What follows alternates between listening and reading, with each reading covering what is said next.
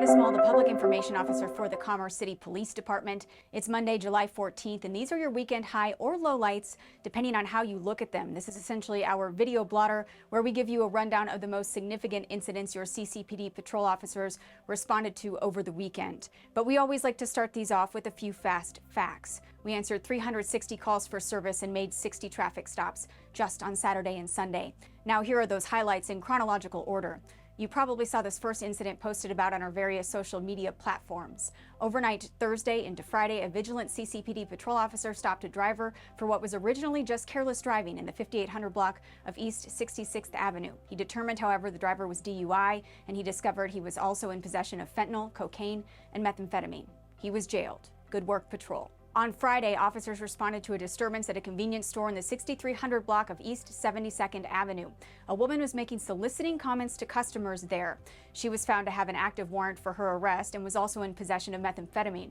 She was given a summons for the drug possession and arrested on that warrant. Overnight Friday into Saturday, officers were dispatched to shots being fired during an argument between two men in the 7100 block of Jasmine Street. When they arrived, they found a vehicle attempting to leave the area, but the subjects instead exited and holed up inside a residence. Police surrounded the home, and eventually several subjects cooperated and did exit. A canvass of the area turned up several shell casings in front of the house, but there wasn't enough evidence yet to make an arrest, so the subjects were identified and released there at the scene. On Saturday, officers were flagged down in the 5800 block of East 56th Avenue by a teenager who claimed he had just been in a fight. It was actually the same male who was the subject of a call for service at the 7-Eleven nearby, where he had just been pepper sprayed by a clerk for acting erratic.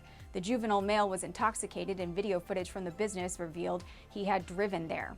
We determined his blood alcohol content was twice the legal limit to operate a motor vehicle. He's now facing charges for DUI and illegal possession or consumption of alcohol by a minor. Also on Saturday, officers were dispatched to a man asleep behind the wheel of a vehicle that was still in drive in the area of East 58th Avenue and Glencoe Street. Officers found containers of alcohol and drug paraphernalia in the vehicle.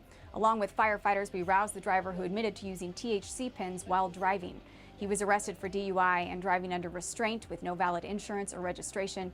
His vehicle was impounded. Overnight Saturday into Sunday, officers responded to the 6400 block of East 63rd Avenue for a disturbance with weapons and located a person with gunshot wounds in the driveway. We also located a firearm and detained a subject on scene who was later determined to be the victim and was transported to the hospital with a hand injury. The actual suspect was the person with the gunshot wounds. He was discharged from the hospital and is facing criminal attempted first-degree murder and aggravated felony menacing charges. That same shift of officers responded to another gunshot wound call in the 8700 block of Xenia Street. The victim had been shot in the leg, and when officers arrived, they found a group of people holding the suspect down. Officers applied a tourniquet to the victim, who was then transported to the hospital. The suspect was taken into custody on the scene, and a firearm along with multiple spent shell casings was collected for evidence. The suspect is now facing criminal attempted second-degree murder, first-degree assault, and aggravated felony menacing charges.